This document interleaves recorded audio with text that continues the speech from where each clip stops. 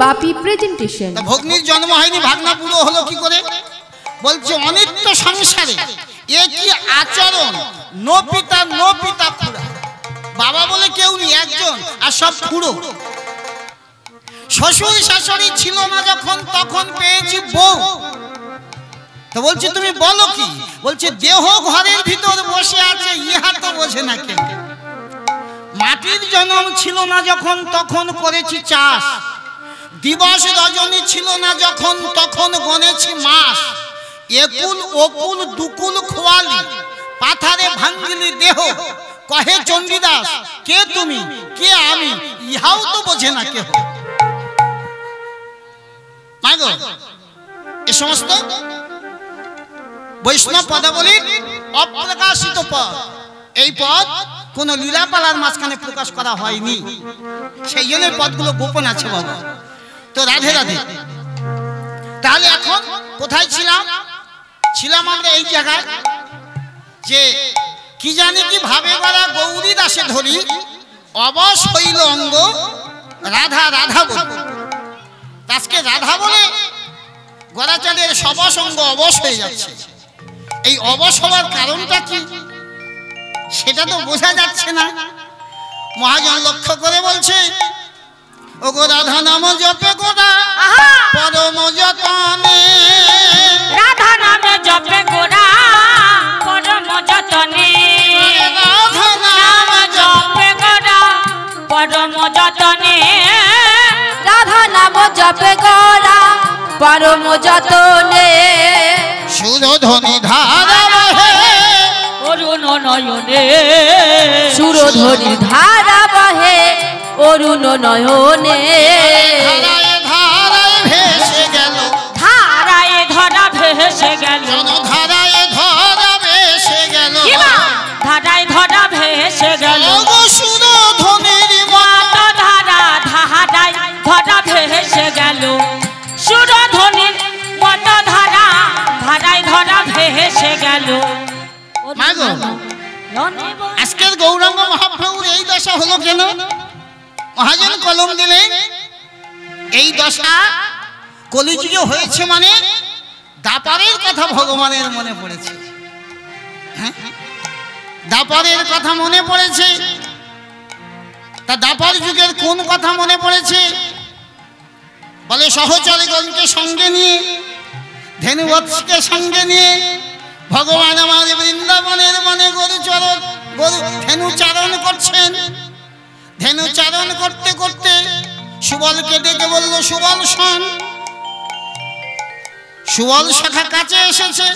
সুবল রে, তা বলছে কি? বলছে দেখ তুই আমার সঙ্গে চল, আমি একটু রাধাকুণ্ড তীরে যাব। মাগো ভগবানের ভাব যাচ্ছে রাধাকুণ্ড তীরে যাবে।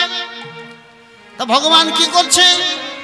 ও গো আপনার ধেনুবৎস সঙ্গী গণ দিয়া, আপনার ধেনুবৎস সঙ্গী গণ লইয়া, আপনার ধেনুবৎস সঙ্গী গণ দিয়া, আপনার ধেনুবৎস সঙ্গী গণ দিয়া রাধাকুণ্ড তীরে যায় সুবল লইয়া। আহা রাধাকুণ্ডের তীরে যায় সুবল লইয়া, রাধাকুণ্ডের তীরে যায় সুবল লইয়া। ভগবান গোবিন্দ সুবল সখার সঙ্গে কথা বলে ধেনুবৎসকে সঙ্গীগণকে দিয়ে আর সুবলকে নিয়ে রাধাকুণ্ডের তীরে যাবে। কিন্তু ভগবানের মনে মনে চিন্তা হচ্ছে, যদি দাদা বলরাম বলে, আরে সুদাম হ্যাঁ দাম ও সুদাম, দাদা বলরাম যদি বলে কৃষ্ণ কোথায় গেল তোরা কি বলবি? তবে একটা কথা বলি, আমার বালাই দাদা বড় সহজ সরল, ওর কাছে তোরা মিথ্যা কথা বলবি না। তা বলছে তাহলে আমরা কি বলবো? তোরা কি বলবি জানিস? বলবি বড় পিয়াসা লাগি এখন গিয়াছে রে কেন ওরে প্রেম সরোবর তীরে, ওরে বড় পিয়াসা লাগি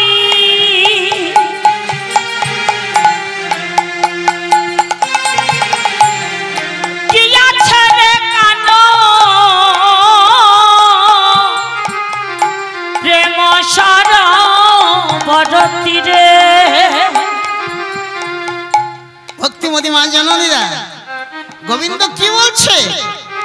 বড় পিয়াসা, বড় পিপাসা লেগেছে। পিয়াসারও লাগে গিয়াছে রে কানু কোথায়?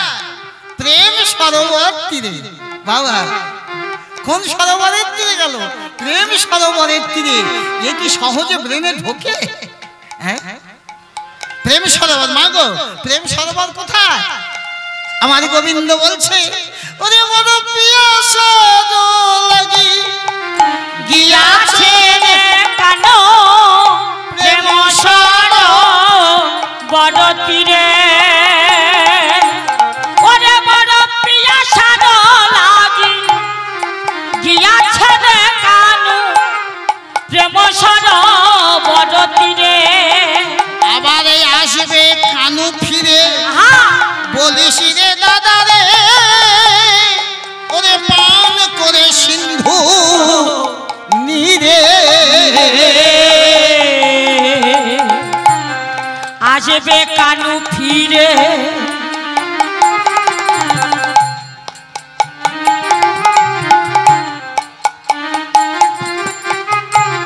পান করে সিন্ধু নীরে, দাদার কাছে মিছা বলবি না। ওরে জন দাদার কাছে মিছা বলবি না। ওরে আমার বলাই দাদা, আহা সে তো বড় বড়ই সাদা। জনয় আমার দাদার কাছে মিছা বলবি না। ওরে আমারে বলাই দাদা, সে যে বড়ই সাদা। আমার দাদার কাছে মিছা বলবি না।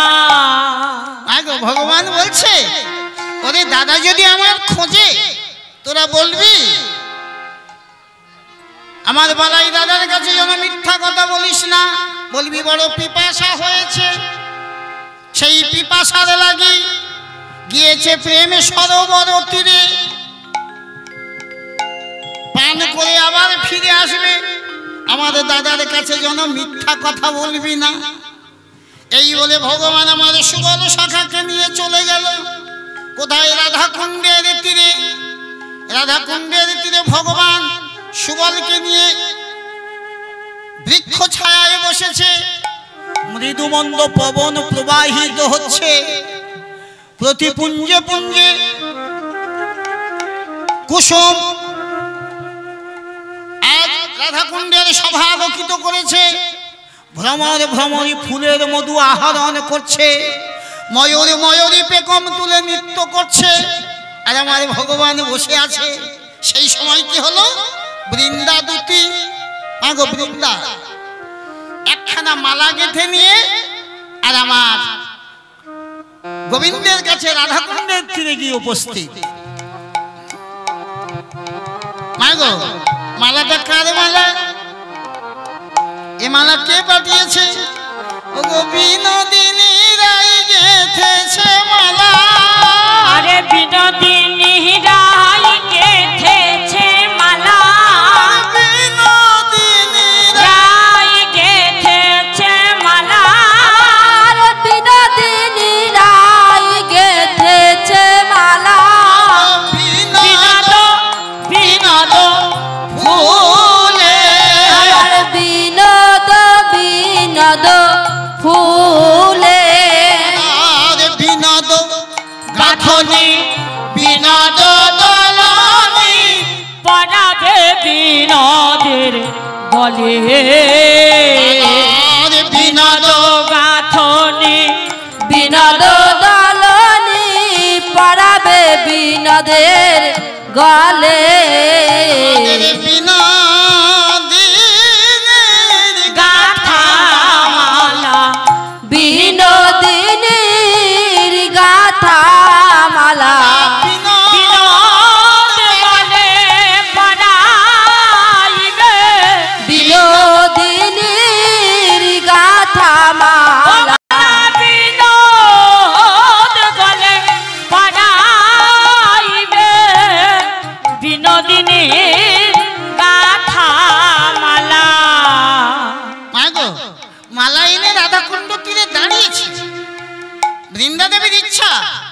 ভগবানের গলায় পড়াবে, কিন্তু হঠাৎ মনে পড়ে গেল মালা তো একটা আর ওরা হচ্ছে দুজন। যদি কৃষ্ণের গলায় দিই তাহলে কৃষ্ণ ভক্ত অপমান হয়, আর যদি ভক্তের গলায় দিই তাহলে ভগবান অপমান হয়। হ্যাঁ গো মা, ভক্তের অপমান ভগবান সইতে পারে না, ভক্তের অপমান ভগবান সহ্য করে না। ভক্ত যেমন ভগবানের জন্য পাগল, ভগবান তেমনি ভক্তের জন্য পাগল। ভগবানের পদধূলো নেওয়ার জন্য ভক্ত পাগল, ভগবানের পদধূলো নেবে। ভগবানও কিন্তু পাগল ভক্তের পদধূলো নেওয়ার জন্য।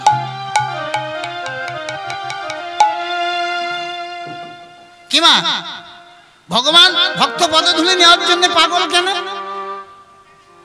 আমরা ভগবানের পাদ ধুলো নেবো, ভগবান পাদ ধুলো নেবে কেন? ভগবানেরও মনের বড় আশা গো মা, যে আমি ভক্ত পাদ ধুলো আমার অঙ্গে একটু মাখবো। আচ্ছা একটু বলবো নাকি মাইরা, ভক্ত পাদ ধুলো ভগবান কেন নেবেন একটু বলবো কি? রাধে রাধে বলবো মা, দেখুন অতি ছোট করে বলবো, কারণ পালাটা হচ্ছে সুবল মিলন পালা, তার মাঝখানে একটু ছোট ছোট শাস্ত্র তত্ত্ব দিয়ে যাবার ইচ্ছা আমার। আপনারা চরণে কি নেবেন সেটা তো আমার জানা নেই। রাধে রাধে। তাহলে ভক্ত পাদ ধুলো ভগবান নেয়, আবার ভগবানের পাদ ধুলো ভক্ত নেয়। খুব ছোট করে বলি, কথাটা হচ্ছে মহাভারতের কথা। তো মহাভারতের কথা, দুর্যোধন একদিন বসে বসে চিন্তা করছে, সিংহাসনে বসে ভাবছে যে আমার পক্ষে বড় বড় রতি মহারথী সব আমার, ভীষ্ম, কর্ণ, কৃপ, শল্য সকলে আমার দলে, আর আমার যে না ওই যুদ্ধে যায় সে আর ফিরে আসে না। তা দুর্যোধন ভাবছে আমারও যদি যুদ্ধে যেতে হয় একদিন, তাহলে আমিও তো ফিরবো না। কি মা, যে যায় সে তো ফেরে না, কারণ ফিরবে কি করে? ভগবান তো ওর পক্ষে নেই। তাহলে ভগবান যার পক্ষে নেই তার পক্ষে পরাজয় হবে।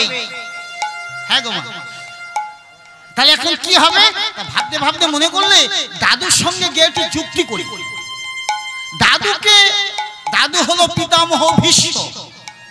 তা ভীষ্মের কাছে গিয়ে বলছে, ও দাদু আমি একটু এসেছিলাম, বলে ব্যাপারটা কি? তা বলছে আচ্ছা তুমি কিছু মনে করো না, তোমাদের মতো বড় বড় রথী মহারথীকে খাইয়ে পইরে আমি রেখেছি, আর যে যুদ্ধে যায় সে আর ফিরে আসে না।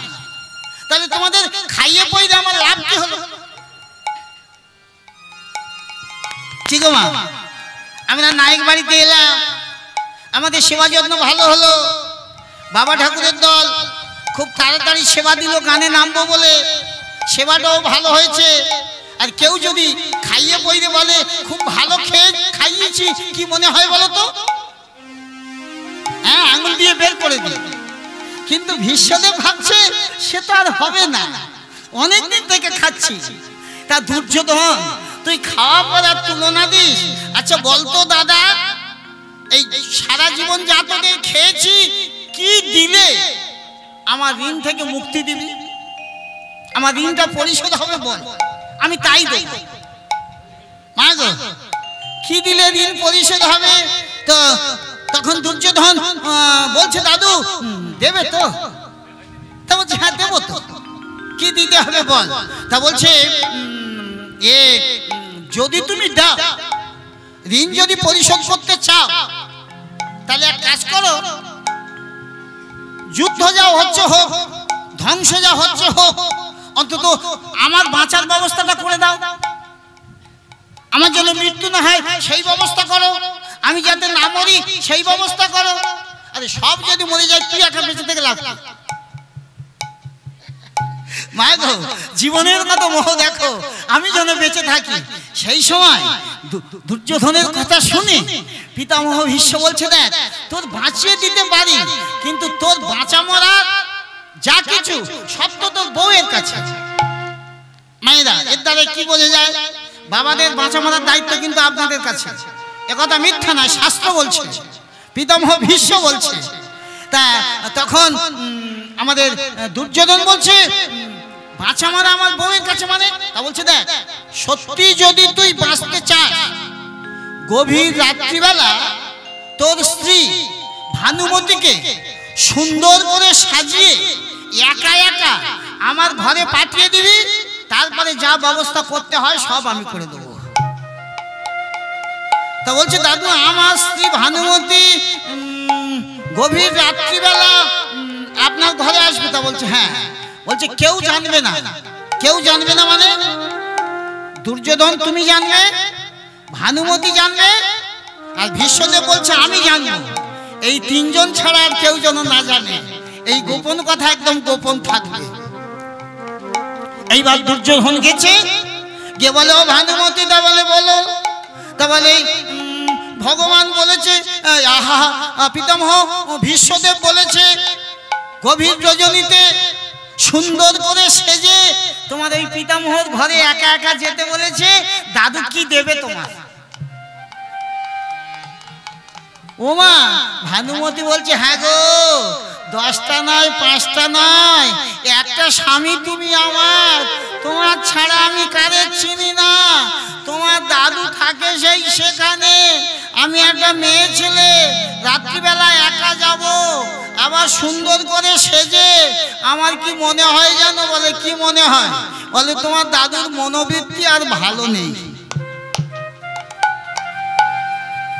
বলে কি বলছো? তা বলে আরে আমি যাই, তোমাকে তো বলতে পারতো যে তুই ভানুমতিকে সঙ্গে নিয়ে আসবি, আমার একা যেতে বললো কেন? ওই পুরুষ মানুষটা আবার গভীর রাত্রিবেলা, তাহলে কি মনোভাব ভালো? কি মা, স্বাভাবিক মায়েরা ভাববে মনোভাব ভালো নয়। তখন ভানুমতির কথা শুনে দুর্যোধন বলে তোমার যেতে হবে না। তার মানে কি হলো বলো মা? সব কিছু আমরা ছেড়ে দিতে পারি, কিন্তু আগুন মালসা জড়িয়ে ধরে বসে থাকবো।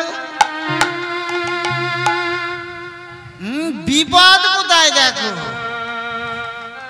সর্বনাশ করেছে। ভানুমতি যাবে না, দুর্যোধন বলে যেতে হবে না। ভগবান বলে দ্রৌপদী রে তুই তাড়াতাড়ি আয়। প্রভু আপনি আমায় ডেকেছেন? তা বলছে হ্যাঁ। বলছে প্রভু বলুন। বললে ওরে দ্রৌপদী, আজ তোর সৌভাগ্য, শুধু তাই নয় পরম সৌভাগ্য। বলে কিরকম? বলছে গভীর রাত্রিবেলা সুন্দর করে সাজবি, 1 ঘন্টা টেনে দিবি, পিতামহ ভীষ্মের ঘরে চলে যাবি। যে অবস্থায় থাক চরণ জড়িয়ে ধরে মাথাটা চরণে দিয়ে প্রণাম করবি। তারপর তোর মাথায় হাত দিয়ে আশীর্বাদ করবে। তুই ঘোমটা খুলে দেখাবি আশীর্বাদ হয়ে গেলে যে আমি দ্রৌপদী প্রণাম করেছি। তারপরে যা হবে আমি বুঝে নেব। দ্রৌপদী বলে প্রভু গো আমার একা যেতে যে ভয় করে। ভগবান বলে আমি তোমার সঙ্গে যাব। এবারে গভীর রজনীতে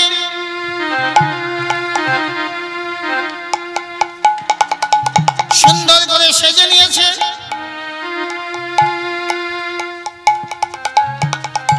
মা দ্রৌপদী চলে যাচ্ছে। ও গো বদনে বসন টানি তবে গো দ্রৌপদী আরে বদনে বসন টানি তবে গো দ্রৌপদী ধনি। আরে বদনে বসন টানি তবে গো দ্রৌপদী ধনি। বদনে বসন টানি তবে গো দ্রৌপদী ধনি। ধীরে ধীরে দেখো চলে যায়, ধীরে ধীরে দেখো চলে যায়, ধীরে ধীরে দেখো চলে যায়, ধীরে ধীরে দেখো চলে যায়। তাহলে দ্রৌপদী চলে যাচ্ছে, ভগবান পিছনে পিছনে যাচ্ছে। ভক্তিমতী মায়েরা ভগবানের মনে পড়ে গেল অনেক দিন আগে আমি এক মুনি পুত্রকে নিধন করেছি। সেই পাপ গোবিন্দের হৃদয়টা কুড়ে কুড়ে খাচ্ছে। তা ভগবান ভাবছে এই পাপ থেকে আমি মুক্তি পাবো কি করে? কোনদিন পাপের মুক্তি হলো না মা। ভগবানের মনে পড়ে গেল সতী দ্রৌপদী, ওর পদধূলি যদি আমার অঙ্গে মারতে পারি তাহলে আমার পাপের স্খলন হয়ে যেতে পারে। মা গো আপনাদের কত শক্তি আপনারা নিজেরাই বোঝেন না। মহাজন বলছে নারী সত্য, সত্যে যদি যাবি আগে নারীকে আশ্রয় কর। নারী ধর্ম, ধর্ম যদি করবি নারীকে আশ্রয় কর। নারী পূর্ণ শক্তি, নারী অগতির গতি, নারী হতে তবে জীব পাবে মুক্তি। নারীর পদতলে পড়ে আছে পাগলা ভোলা মহেশ্বর, নারীর পায়ে পুষ্পাঞ্জলি দিচ্ছে বৃন্দাবনে কৃষ্ণ গুণাধার। কি মা, নারীর কত ক্ষমতা! আপনারা মা, আপনাদের কত ক্ষমতা! এই দেখুন, ভগবান চাচ্ছে আমি দ্রৌপদীর পদধূলি আমার অঙ্গে মাখবো, কিন্তু দ্রৌপদী দেবে কেন? মা গো, চাইলে কি দেবে? আপনারা হরিবাসরে আসেন, ঝপঝপ করে আমরা কীর্তনিয়া, আমাদের পাপ ধুলে নেন। আমি যদি বলি মা তোমার পদরেণু একটু আমার মাথায় দাও, তোমরা কেউ দিতে রাজি হবে না। তাই ভগবান ভাবছে আমার তো দেবে না, তা প্রভু ভাবছে আমি চুরি করে মাখবো। ও বাবা, চুরি করে মাখবে দ্রৌপদীর পদধূলি। তাই বলছে ওগো দ্রৌপদী, তোমার একটা কথা বলি, তা বলি কি? বলে তোমার পায়ের জুতো, ও তো শব্দ হচ্ছে, তুমি জুতো দুটো রাস্তার পাশে খুলে রাখো, কারণ বিশ্বদেব যদি ঘুমিয়ে থাকে, তোমার জুতোর শব্দে যদি ঘুম ভেঙে যায়, ও যদি জেগে যায়, তোমার যদি চিনে ফেলে, তাহলে তোমার আশীর্বাদ নেওয়া হবে না। সরল মনের মেয়ে দুটো জুতো খুলে চলে যাচ্ছে, আর ভগবান পিছন থেকে সেই জুতো নিয়ে নিজে বক্ষে জড়িয়ে ধরেছে। ওগো সতী দ্রৌপদী, তোমার পদরেণু স্পর্শে আমার জন্য সেই পুরানো পাপ থেকে আমি মুক্তি পাই। ভগবান ঢুকরে ঢুকরে খাচ্ছে, ভগবান আত্মহারা হয়ে গেছে। দ্রৌপদী দেখে কাঁদে কে? পিছন দিকে তাকিয়ে দেখে দ্রৌপদীর জুতো ভগবান বুকে জড়িয়ে ধরে কাঁদছে। প্রভু, আমার জুতো আপনি বুকে জড়িয়ে ধরে কাঁদছে, এ আপনি কি করেছে? ভগবান বলছে দ্রৌপদী রে, বিশ্ব জগতের দিকে তাকিয়ে দেখ, সবাই দু হাত পেতে আছে আমার কাছে নেওয়ার জন্য, কিন্তু এতটুকু আমাকে কেউ দিতে চায় না রে। আজ আমি বড় অসহায়, আমি বড় চঞ্চল। দ্রৌপদী, আমার পুরানো পাপ থেকে আমি মুক্তি পাই না, তাই চুরি করে তোমার পদধূলি আমি আমার অঙ্গে মাখছি। দ্রৌপদী বললে গোবিন্দ গো, আমার পদধূলি যদি তোমার প্রয়োজন হলো, তুমি তো আমার বলতে পারতে। ভক্তিপতি মায়েরা কত বড় মনের মেয়ে দেখো। ভগবান কাঁদছে, দ্রৌপদী তুমি আমায় দিতে। মা দ্রৌপদী বলছে গোবিন্দ গো, যেদিন থেকে আমার জ্ঞান হয়েছে, 5টা স্বামী আমার বেঁচে আছে, তবু দেহ মন প্রাণে আমি সবই তোমার চরণে সমর্পণ করে দিয়েছি।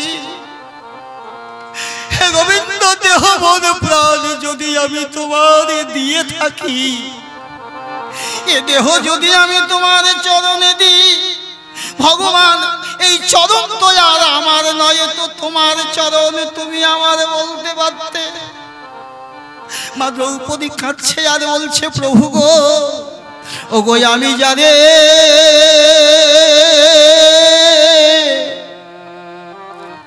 ভালোবাসি, ওরে সে কি রে তা জানে,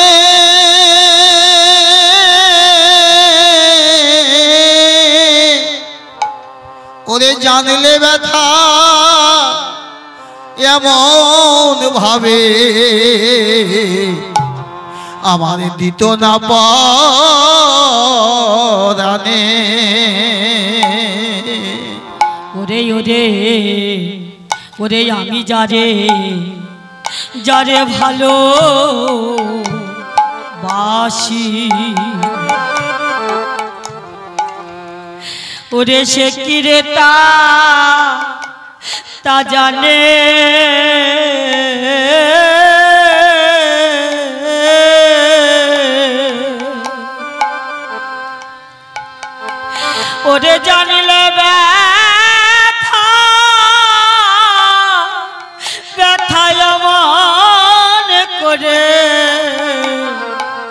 আমার দিত না পারানে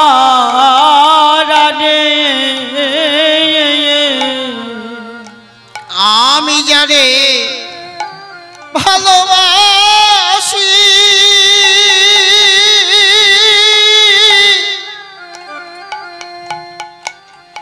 ওরে সে কি রে তা জানে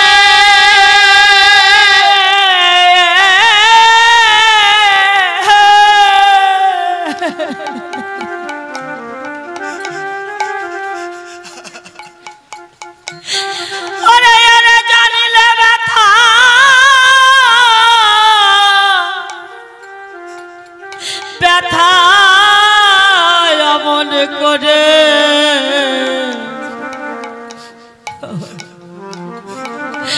ওরে আমার দিত না পারানে প্রভু গো পরকে ভালো বেশে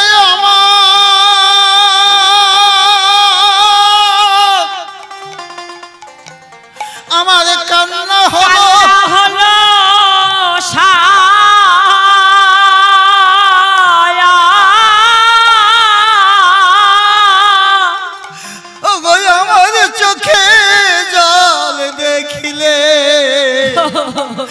গো বেদনা নাই তা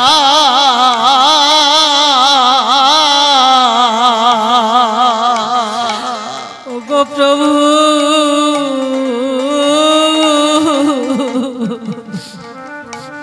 নিতাই গৌরী প্রেমানন্দে হরি বল হরি বল।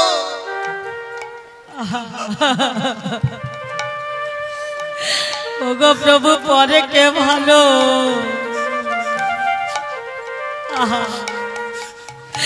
ওগো ভালোবেসে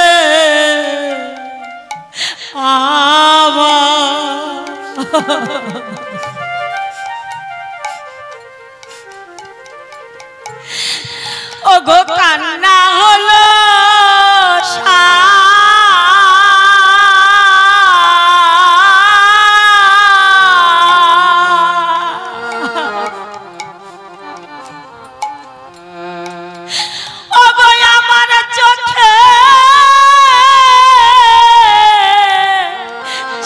দেখিলে প্রভু গো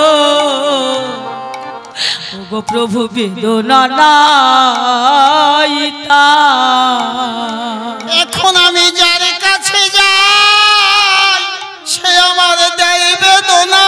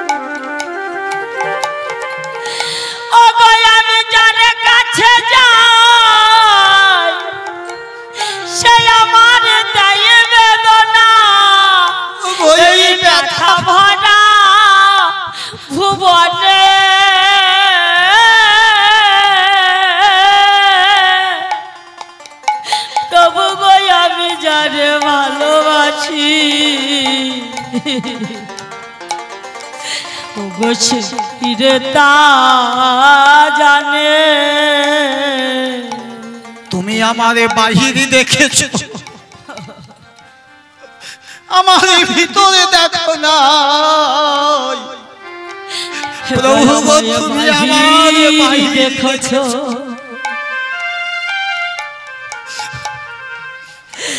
তুমি আমার ভিতর দেখো না তুমি আমারে বাহিরে দেখেছো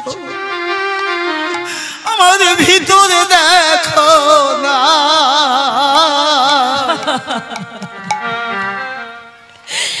দয়াময় আমার বাহির দেখেছ ওগো আমার ভিতর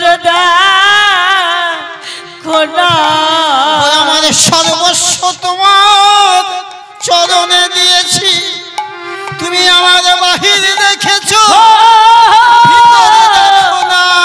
সর্বস্ব আমার সর্বস্ব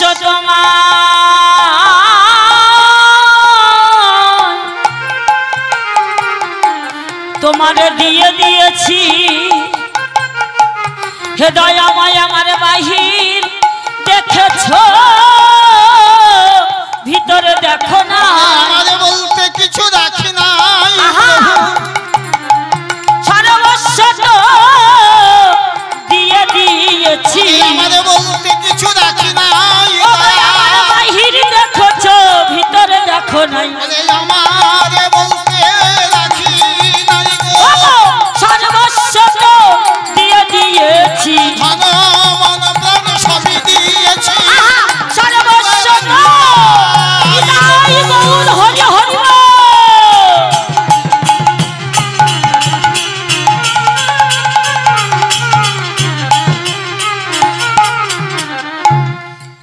হে দয়াময়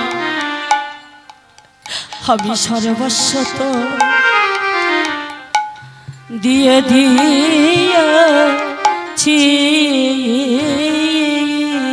শুধু ভক্তমণ্ডলী বাবাদের মায়েদের চরণে জানানো যাচ্ছে, আপনারা যারা গণ্ডি দেবেন এখনই আপনাদের গণ্ডি দেওয়ার জন্য মন্দির প্রাঙ্গণে আসার কথা নায়ক পক্ষ থেকে জানাচ্ছে। আপনারা যারা গণ্ডি দেবেন এই মুহূর্তে আপনারা মন্দির প্রাঙ্গণে চলে আসুন। মা গো, দ্রৌপদী ভগবানকে কত ভালোবাসত, আজ ভগবানকে বলছে তুমি আমার ভিতরটা দেখোনি, বাইরে দেখেছো, তা সবকিছু তো আমি তোমার চরণে দিয়েছি, আমি আমার বলতে কিছু রাখি নাই। তো প্রভু চরণ তো তোমার, তুমি তো আমায় বলতে পারতো, আমি তোমায় দিতাম। কি গো মা, আমরা কেউ বলতে পারবো? সে সাহস আমাদের আছে? সে সাহস আমাদের নাই। তো ভগবান বলছে দ্রৌপদী রে, সময় তো অনেক হয়ে গেল, তুমি যাও, একবার গিয়ে তোমার আশীর্বাদটা নাও। মা আমার ঘোমটা টেনে দিয়ে ভিতরে ঢুকেছে, ভিতরে ঢুকে দেখে পিতামহ ভীষ্ম শয়ন করে আছে, এক হাত ঘোমটা টেনে দিয়ে চরণ জড়িয়ে ধরে মাথাটা ঠেকিয়ে দিয়েছে। তাহলে পিতামহ ভীষ্ম মনে করছে দুর্যোধনের খেয়েছে সারা জীবন, কি মা খাওয়া পড়ার তুলনা দিচ্ছে, শুধু আসলে আদায় করে দেওয়ার কথা বলেছি, তাহলে আদায় করব।